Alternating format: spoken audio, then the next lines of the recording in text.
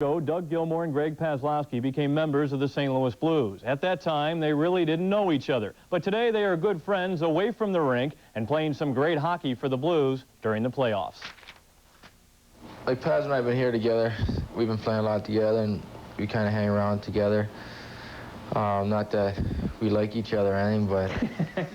It's a good thing Doug Gilmour and Greg Paslawski are friends. That way, no one gets offended by the constant joking and needling that takes place every time these two are in the same room. The 22-year-old Gilmour and 24-year-old Paslawski have been making each other laugh for about 3 years now. But once they get serious and put on their skates, the opposition doesn't find these two very humorous at all. Gilmour back to the net. Center it! Score! Paslawski from Gilmour.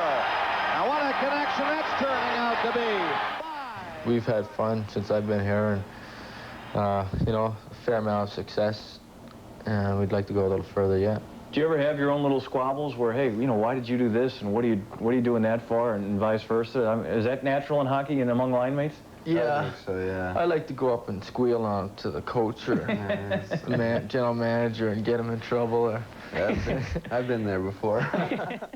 Since the playoffs began, Gilmour and Paslawski have only been causing trouble for the opposition. And much of the reason for their postseason resurgence has to do with this knee. It's just about healthy now, but for almost 2 months, damaged ligaments kept Greg Paslawski out of the Blues lineup. He came back just in time for the playoffs against Minnesota, and teaming up with his old buddy Doug Gilmour proved to be Minnie's undoing. Throughout the series, Gilmour and Pazzer worked their magic to perfection, leading the Blues in scoring and to an upset victory over Minnesota.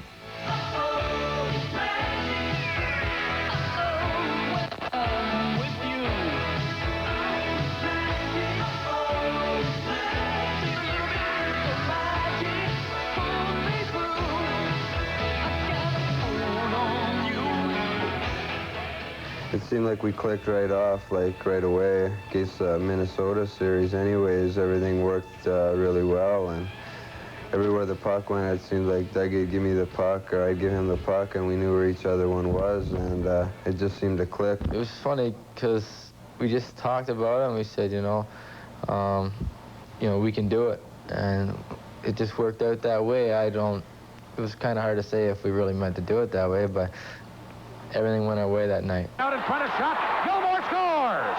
Doug Gilmour. Back to Paslawski. A backhand. The Doug Gilmour, Greg Paslawski show continued to shine against Toronto in the playoffs' second round. Between them, these two scored 8 goals in 7 games, giving the fans plenty to cheer about and the Blues another playoff victory. You look at Bernie, Federico, and Brian Sutter, and these guys, they all came up together, and, you know, Paz and I came here more or less the same time, and we kind of hope to stay here for a while, just like, you know, they have been.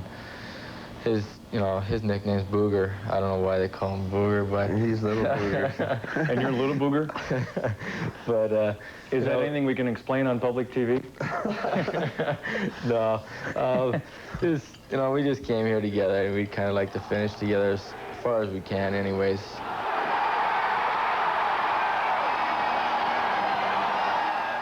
There are a lot of reasons for the current revival of Blues hockey and the success the fans and their team are experiencing in the playoffs.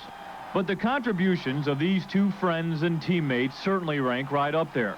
And whether the Blues win the Stanley Cup this year, next year, or several years from now, you can be sure when that day comes, Booger and Little Booger will be right there, leading the way and working their own special magic on the ice.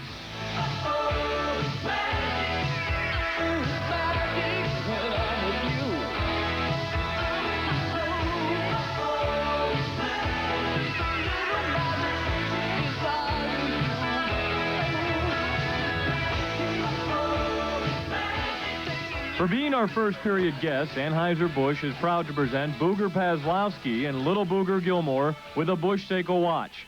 Information on the purchase of Busch logoed merchandise is available to you by calling this toll-free number during normal business hours.